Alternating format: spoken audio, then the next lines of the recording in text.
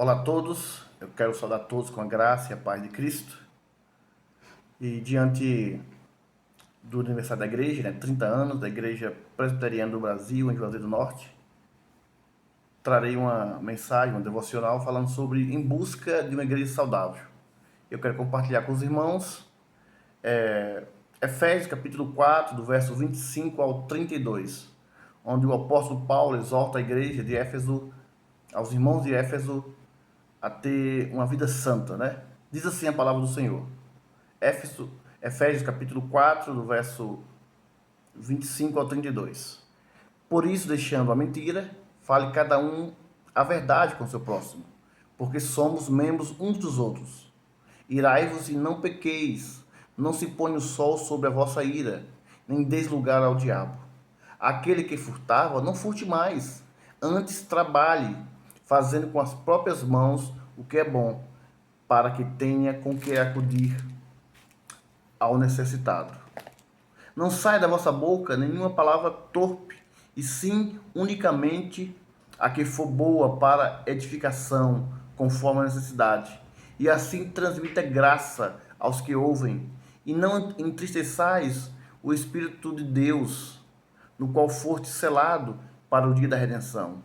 Longe de vós toda amargura e cólera, e ira e gritaria, e blasfêmias, e bem assim toda malícia. Antes, sede uns para com os outros benignos, compassivos, perdoando-vos uns aos outros, como também Deus em Cristo vos perdoou. Amados, diante dessa palavra do Senhor, quero trazer 3 exortações à igreja. E uma delas é deixando a mentira e falando a verdade. A exortação bíblica não é só para a mentira ser deixada, mas para a verdade ser falada. A verdade de Deus tem caráter absoluto. Ela não depende de circunstâncias pessoais ou lugares. A verdade pode ser manipulada, mascarada ou escondida. Somente a verdade pode legitimar a verdadeira vida cristã. Viver de acordo com os altos níveis da verdade é a chave para alcançar uma igreja saudável. E com certeza esse é o meu desejo e o seu desejo. A Bíblia diz: não mintais uns aos outros, conforme Colossenses 3,9. A mentira, no grego significa pseudo, representa qualquer tipo de desonestidade proferida ou vivida.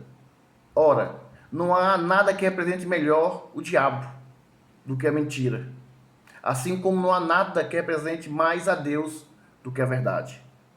Todo aquele que ama e pratica a verdade está sob o domínio de Deus, mas o mentiroso habitual pertence ao reino do diabo, cujo ser é todo mentira. Amados, falemos a verdade, deixemos a mentira e possamos falar a verdade. Esse é o primeiro ponto. O segundo ponto desse texto que eu quero extrair e quero compartilhar com os irmãos é falando com propósito. O versículo 29 afirma: não saia da vossa boca nenhuma palavra torpe. Interessante que esse texto ele não diz: não saia da vossa boca alguma palavra torpe. É enfático, é direto esse texto. Ele diz: não saia da vossa boca nenhuma palavra torpe. O termo torpe aqui do grego, sapros, quer dizer basicamente podre, sem valor, zombaria, palavras chulas, grosseiras.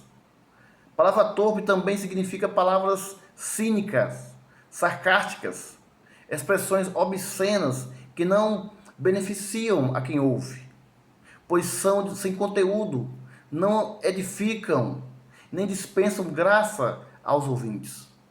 São conversas fúteis e imorais, que além de não terem valor, espalham podridão, contaminando assim os que delas participam e, pior, conspiram contra a unidade do corpo. Não falemos palavras torpes. Palavra torpe, junto com a mentira, a ira e o furto, entristece o Espírito Santo. Porém, o falar construtivo, Aquele que, em última análise, expressa o que é certo, na hora certa, de forma certa, é um falar com propósito. Quem assim procede, além de falar o mínimo possível, erra menos e evita um caminhão de encrenca. Portanto, o falar sábio, falar com propósito e honesto, é o distintivo que nenhum cristão pode se dar o luxo de dispensar. Que eu e você possamos falar com propósito. Tudo isso, amados, para a edificação da igreja do Senhor. Tudo isso para termos uma igreja saudável. É por isso que eu e você temos que estar sempre atentos à palavra do Senhor. São ensinamentos para o nosso crescimento diário, para a nossa vida cristã abençoada. Terceiro ponto, livrando-se de toda amargura. Paulo faz uma lista de ações próprias, do velho homem, hábitos negativos, contrários à nova vida em Cristo. Livrem-se de toda amargura, indignação, ira, gritaria e calúnia, bem como de toda a maldade. Destaco aqui apenas a palavra amargura, que é a fonte de todos os outros hábitos que seguem. Amargura significa ter uma disposição dura, maliciosa e inclinada para a contenda. Ela torna a pessoa, amados, insensível, fechando-se à operação do Espírito Santo. Não sejamos pessoas amargas. Lembre-se que dentro de nós habita o Espírito Santo. E que possamos, de fato, tirar esse sentimento, se tivermos, de amargura dentro do nosso coração. Pedindo ao Espírito Santo que retire. Porque nós mesmos, nós não temos esse poder e essa força de tirar. Quarto e último ponto. Sendo um bom perdoador. Desejar ser uma igreja saudável, precisamos ser um bom perdoador. Olha o que diz o verso 32. Antes, sede uns para com os outros, benignos, compassivos, perdoando-vos uns aos outros, como também Deus em Cristo vos perdoou. Uma igreja que busca ser saudável, ela se perdoa mutuamente. Quando alguns de seus membros estão sem se perdoar. O final do versículo diz tudo sobre perdão. Como também Deus em Cristo vos perdoou.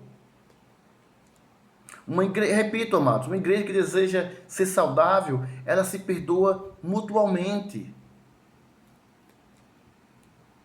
Todos nós